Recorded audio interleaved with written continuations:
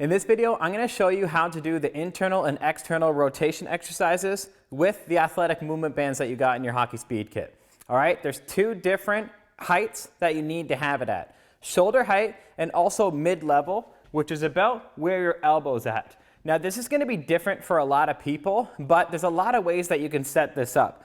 For example, for elbow height, for someone like my height and a lot of people, they're going to be able to get away with using a door. So my internal rotations would simply be internally rotating, just like this.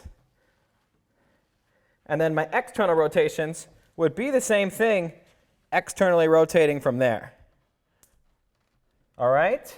But I could have set this up on a squat rack if I have one. I could have set this up on a chair if I just put, say, a dumbbell on a chair and loaded the chair so it stayed in one spot. I can use the door. I could set a hook up in my garage at any height in order to get this job done. It's all going to work, and that is, these two is my mid-level internal rotation, and then also my mid-level external rotation.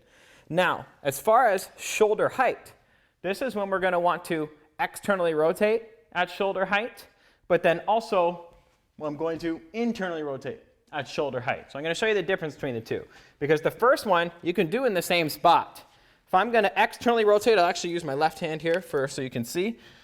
I'm at shoulder height and I'm going to externally rotate, just like that. So I can use the exact same hook, doorknob, chair, whatever it's going to be. I can use it for that exercise.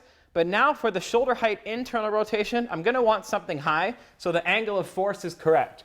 You can see here we are using a pull-up bar, but again, you could use anything at your house, even if it's getting it stuck in the top of the door. If you have a pull-up bar, if you have a high squat rack, if you have another hook in your garage, anything that's high is going to work because you're not dealing with a ton of force here.